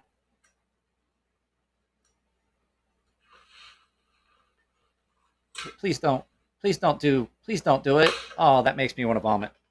Ah. Oh, this is horrible. That makes me want to throw up a little bit in my mouth. So this is... No, why more? No. Oh, God. Guys, no joke. I get knives that look like this. Stop it. Unnecessary. That is unnecessary. Well, hell, those look like laser cut serrations. That thing probably cuts better now. No, Jesus.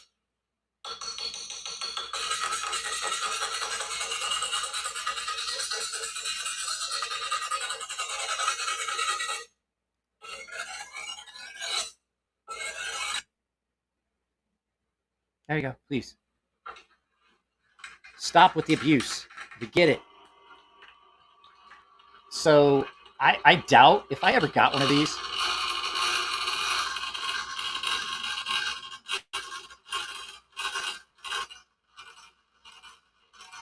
So that's the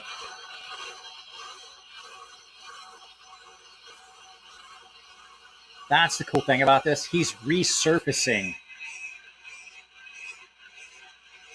He's resurfacing this stone. Like he's getting it like nice and flat and even. So he's dragging that across so that he's got an even flat stone. It's a built-in stone flattener. Because through use, you're going to wear out that stone. So now he has an absolutely flat stone. It's like a lathe cutting tool.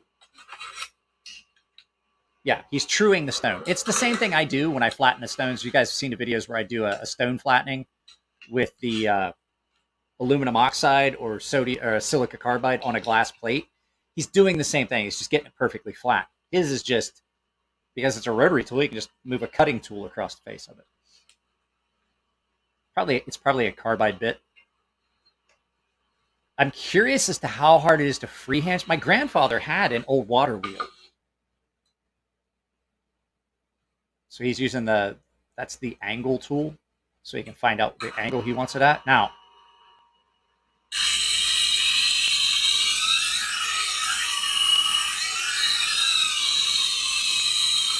my only issue with that is, as opposed to being the serrations going at the angle I want for draw cutting, they're straight, almost like the serrations you see on a factory edge. But it's a very, very consistent edge because of the way the guides work. And it's nice and slow. Absolutely zero heat. You're not having any heat imparted into that blade. You're not going to lose your temper. Like, I'm an angry person. I don't want to lose my temper.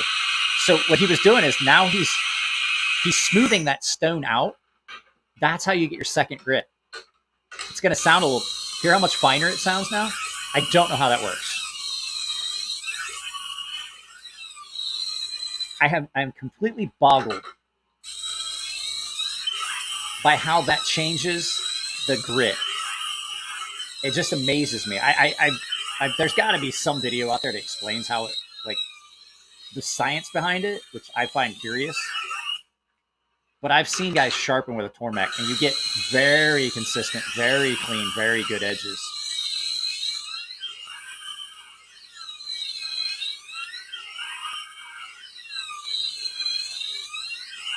Was this? Yeah, the 2x7 or the 72-inch belt grinder. I have a 2x72 here at the house. I don't trust sharpening on a 2x72. Sharpening on 2x72, there's just too many mistakes that can be made. Comfort. It all starts with snow. Yeah. Where were you on March 9th, 2022, when President Biden signed the death warrant on American freedom? I was probably in this garage filming a video. That is a very consistent, very clean edge. Yeah, that's how I test it. He's probably still got some microchips in there because he was hitting that thing. Yeah.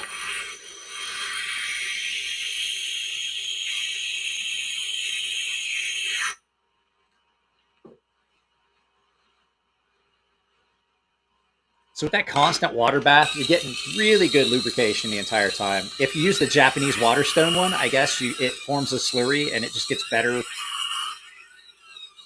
I could literally, like, I find this amazing. I hate sharpening systems, and I really I could watch this all day. Just relaxing. And it, like I said, it is a really, that's what my grandfather had. A foot-powered one. That's what I was talking about.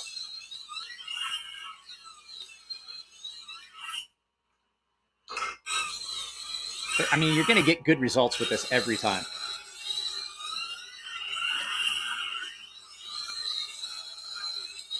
This is basically the same thing with an electric motor, a very low-speed electric motor. Hi, Shop Cat. What's up, buddy? What's up? What you doing? Do you want to go in the house? Guys, talk amongst yourselves for a second. I got to put the cat in the house.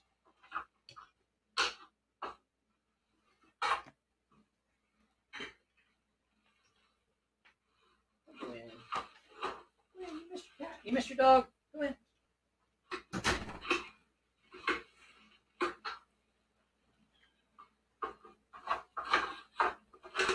So of any of the powered systems, this would be absolutely the one I would go with.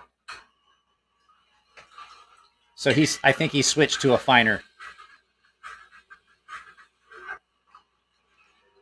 Good for kitchen knives? No, I would probably use this for some pocket knives. You get a he's using that ultra fine Japanese stone.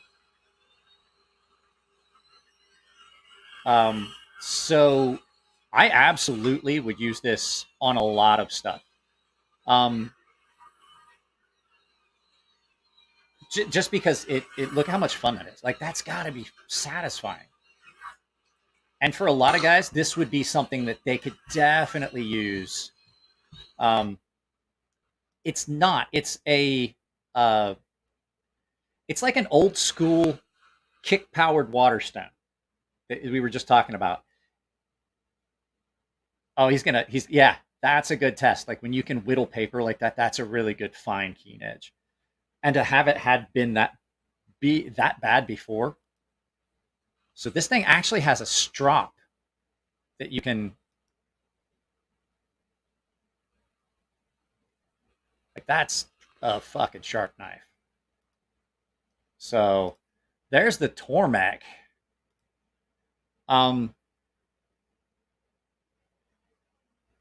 So, I mean, those sharpening systems we looked at, they're not, some of them weren't bad. Like I said, for an industrial kitchen, that electric oscillating one, the chef's choice, I had one of them. I wouldn't want it to scratch my knives and stuff like that. You mean hollow? So basically it would be a hollow. The fact is that is such a slight curvature on that, because it's such a big wheel. The radius on that is so, I don't think you'd even notice. I really don't think you'd really even notice. I think it would wind up being a very flat V grind. So I think it would be no different than any of your other fixtured systems. I just think that one would give you the finest, cleanest, best, closest to factory edge, and then done at a much finer grit, because he has two different stones.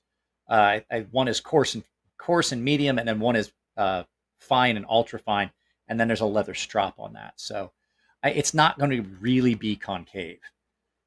So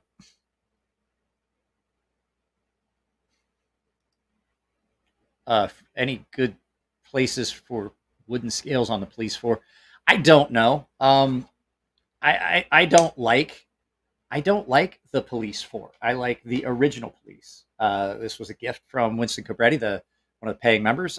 He's been down here to the house a couple times. He actually has purchased a gift for Jared that's in the box that I'm sending off sometimes this week. And I really, if I'm going to get one of those traditional knives, I want it to be more the traditional. Like, my first Endura was a stainless steel Endura. It looked just like this, only smaller. I like the FRN full flat grind Enduras better, because it's a different kind of blade. But if you look at it, you don't get the iconic blade shape. You don't get that iconic look of the Spyderco.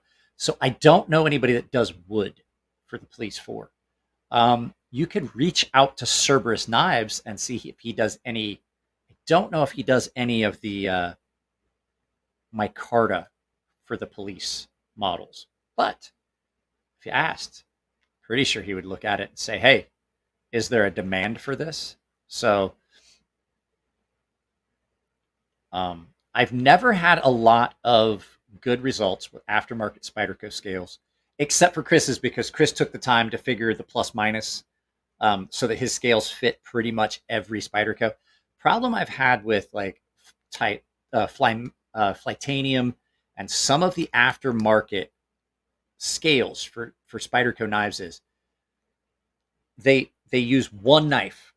Like, they buy a knife and they make all of their measurements off of that, and they don't do any plus minus. Problem with Spyderco is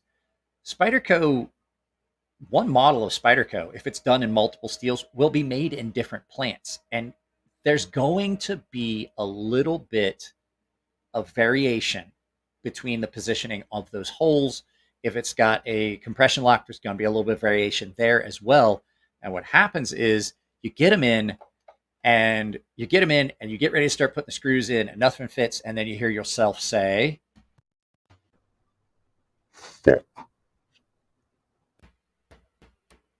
because now you've got all this. But now, I've never bought any aftermarket scales for anything. I've installed them for customers because they get them and they're like, I can't make this fit. And I would actually, there's been a couple of them that were so bad. Elliot and I took him up, and we were like on the mill trying to re-engineer like the cutouts. And he says, this isn't going to fit. He's like, the internals on this are different than the knife. And what it was the positioning of things on that knife, because it was, even though the knives are the same, there is differences between factories on how they're actually milled. So the like little areas that might be thicker, and this guy had bought some titanium scales and they just did not fit. So we actually put them on the manual mill and we tried to cut it out. Once you got it on, then the screw, once you got the scale on, once you had gotten it lined up to where the scale would actually fit the internal scale, the internal like liners and stuff, well, then the screw holes were out of alignment. He was like, you can't just like, you need to send this back, because like the only option was to modify the knife. We'd already modified the scales. He's like at this point, like we can't do anything without permanently changing the knife. If we do that, the original scales will not fit. So we just basically put them in. And there's some guys that get them and it's great, but then there's a lot of guys that will get, and I think they've gotten better at it, but there's a lot of guys that will get them in and then they just don't fit. And then you're out how much? And the fact is, I mean, I do like this knife and I like the Endura series of knives, but when it comes down to it, when you look at what you're paying for already on a Spyderco, just be fucking happy with it, because they're stupid expensive for the quality you get. They are not bad knives. Like, this is a great knife. This is an amazing knife. And it's really solid. And I love the Enduras that I've owned. And I like my Matriarch too. But I look at the price and I'm like, man, I can't do it anymore. It's too expensive for a plastic handled knife with a very thin blade stock in a standard lockback.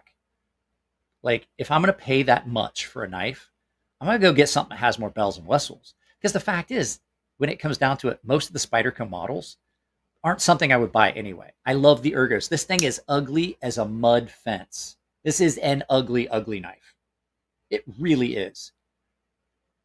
But the way it feels in hand is beautiful. It's elegant in hand. Spyderco knives are fucking ugly. But anybody who was out on a night and they struck out will tell you, sometimes them ugly ones try real hard and it feels good. Just making a little, just a little comparison. Super comfortable. One of the most comfortable knives I've ever owned. The Endura, one of the most comfortable knives I've ever owned. Am I going to pull them out and brag about them? Well, this one maybe, because I've always wanted one of these. There's a story. I'll tell you a story about this. So I always wanted one of these, and my dad had one. And when I was young, I was like 14, 15. My dad was already a sheriff's deputy. He got issued one of these. The police department gave out the stainless steel police models. They had like a stock of them, or they ordered them as initial issue. And we were out on a boat. My dad had this in his pocket. It was really the first knife he ever had that had a pocket clip. And it caught on a piece of line. It yanked it out of his pocket, and it fell in the lake, out at Seneca Lake, down near the reservoir, which Seneca Lake is part of the Tuscarawas County Water Conservancy District. Basically, they dammed up a bunch of streams and flooded these huge big areas. And so there were houses and old roads and stuff, and they basically turned it into these big hollows and everything into a big watershed where they could store water, and they stocked them with fish. They turned them into a recreation area. We were in 40 feet of water, and this goes over. And I was like, at that time, I was going to join the Navy. I was already planning. I was like, I want to join the Navy. I want to be a diver. I'm like, I bet I can get it. I've always been a really good swimmer. My dad was like, boy, you are not going in that water. I was like, why? He's like, first of all, it's cold as shit. Second of all, it's 40 feet deep. And third, this area we're in right here, they backfilled this with all kinds of old fell trees and barbed wire and the fencing and stuff that used to be around the farms that got bought out. He goes, you get to the bottom of that, there's a good chance you're going to get caught up and ain't coming back up. You ain't getting that knife. And so he was like, I'll just buy another one. So we got home after our fishing trip. The next morning, my dad was like, give me that Cabela's catalog. I'm going to find that knife. So he goes through the catalog. And this was back in the day where you had to have a credit card and a phone. We had a landline. He's like, give me the phone and give me my wallet.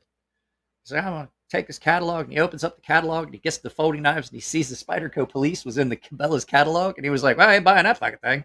It's like, what? He goes, it's like $110 fucking dollars. They were 110 back then, or something like that. And he goes, at that time, I think the most expensive knife my dad had was like 50, 60 bucks. He had a lot of good knives, but they were like really nice, older traditional knives and hunting knives and things like that. So remembering that, I remember my father having one of these, and he loved it. And now that I have one, I'm like, I get it. I get it. It's ugly. But God damn, that's a lot of blade. That is a lot of fucking knife. If you guys know, I wear triple XL gloves. That is a big knife. This thing is well over 9 inches overall length. Huge knife. So, y'all been waiting for this one at Mark. Should be good here this week. So, what was this? I love my FRN Endura with S30V. Should have been cheaper. I like VG10 better than S30V. It's more resilient. It might not hold its edge as long. I've never had S30V that did not chip. I've had several knives in S30V. They've all chipped. In case you guys didn't know, tonight we're in San Diego. This is my current area. This is the San Diego skyline. We did Miami here a couple weeks ago. So I've had a lot of blade play with my Spyderco knives. That's the other thing. The last few that I've seen, you tighten your pivot down and you lose the action. You loosen your pivot a little bit, and then you got blade play and all kinds of wobble. I got rid of a full flat grind blue FRN handle Endura because of that. Like, it just would be like so stiff you couldn't open it. And then if you just a tiny cut hair, I don't mean like a brown Mediterranean, I mean like a thin European blonde one of a turn, and you like just slop. You're like, good God.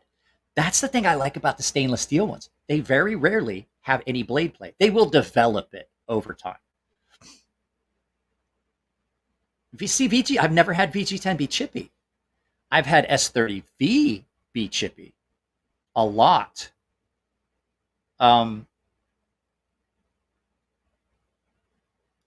S90V, the para ordnance always have a little bit of side to side. Benchmade, any Benchmade knife with an axis lock, a little bit of blade play. The ZDP that I have here, there's an issue with it. A lot of people think that I bag on Spyderco about heat treat. I've only ever had one knife that had bad heat treat from Spyderco. It just so happens it's in a steel I really wanted to love that knife in, and it's a ZDP 189. And I think I finally got into some good steel. I think it may have just been really badly burned at the edge. Yeah, I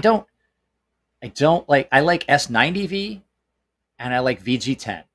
And Spyderco does a really good job with their VG10 and their S30V. There's also a couple Spydercos out there in Hitachi. What is it? The Hitachi Gold. I can't remember. It's like blue. It's a couple of those Hitachi steels. Like ZDP 189 is a Hitachi steel. I can't think what the one is. I've had one in blue and gold. There are other steels that they make. They're great job with those steels. So S90V is a very good all-around steel. My Benchmade 940, I put a S90V blade in. I've had zero issues with it. So guys, this has been fun, but I think I'm going to end it. I want to go see how my daughter's feeling. Like I said, she was in the emergency room today. They did an ultrasound and everything, so at least like we know that there's nothing. Yes, Hitachi Super Blue. I love Hitachi Super Blue. As a matter of fact, my Higo no Kami is the core, the actual cutting edge is in Super Blue. It's such a good steel. It's way up on my list of things. But I like S90V. So, but yeah, like I said, I want to go see how my kid's doing. She's been having a problem where like everything she eats or drinks, she just throws up like immediately. Not running a fever. She hasn't had any complaints of stomach pain. It's just like her food will not stay down. I was afraid that she maybe had an obstruction, which was a big concern. Because like when you hear something like that, you're thinking like there's a tumor, and it's not allowing the food to pass, or a small amount of food. Did an ultrasound, they didn't see anything, so she still has to get some more tests done, and she has to go see a gastroenterologist and figure out what's going on. But she doesn't feel bad, but she just can't keep any food or drink down, and so she had to go to the emergency room, and they had to give her an IV to get her food, and we may have to do that again if she can't get. I have had K390. I have not seen K490. I was not like super impressed with the K390. It did take a nasty edge, but I will say that one of the best things I've had that I've sharpened lately was what was the one that I had? Oh, this is what it was. I don't know what the heat treat they did at PMP Knives.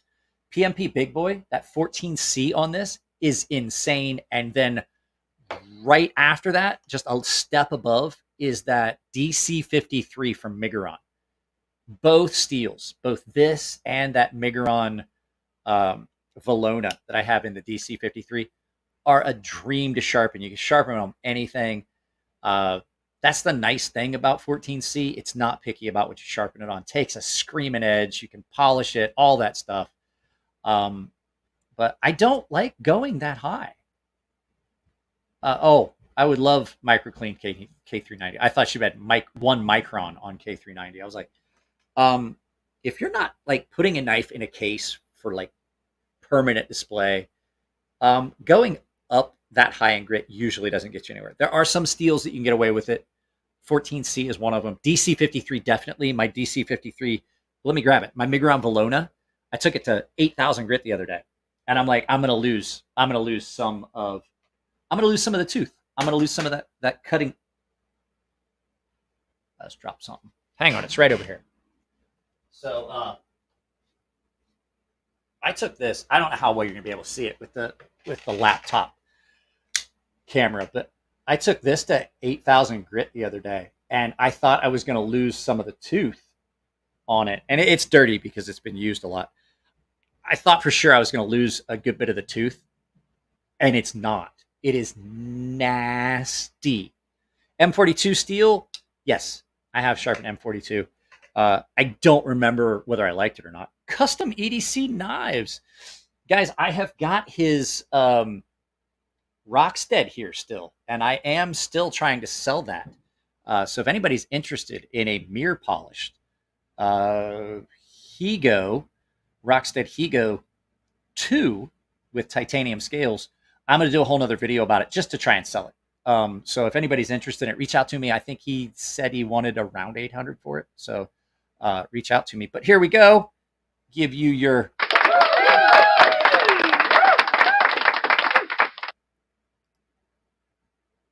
do you ever strop rough after a very fine stone finish?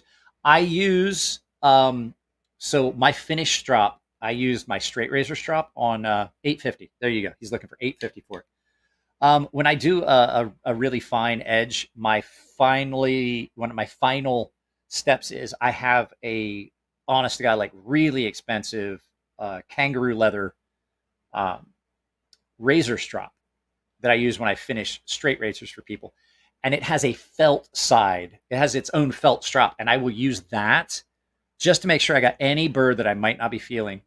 Or I use the suede side of my knife strop, and then I finish it on a hard, like a paddle strop with 1 micron, just 1 or 2 passes, just to make sure that there's no burr. But yeah, I do use a coarse side.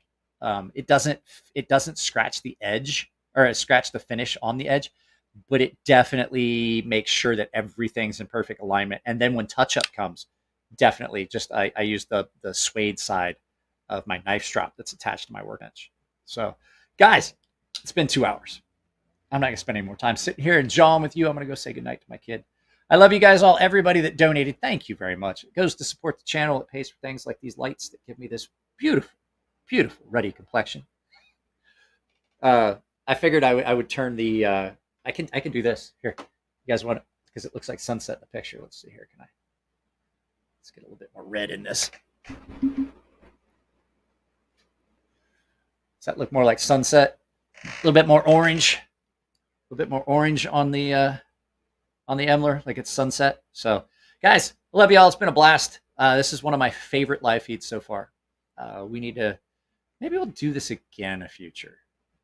Maybe we'll look at actual people sharpening. There's actually really good videos of people sharpening, especially like some Japanese chefs teaching new culinary students how to sharpen.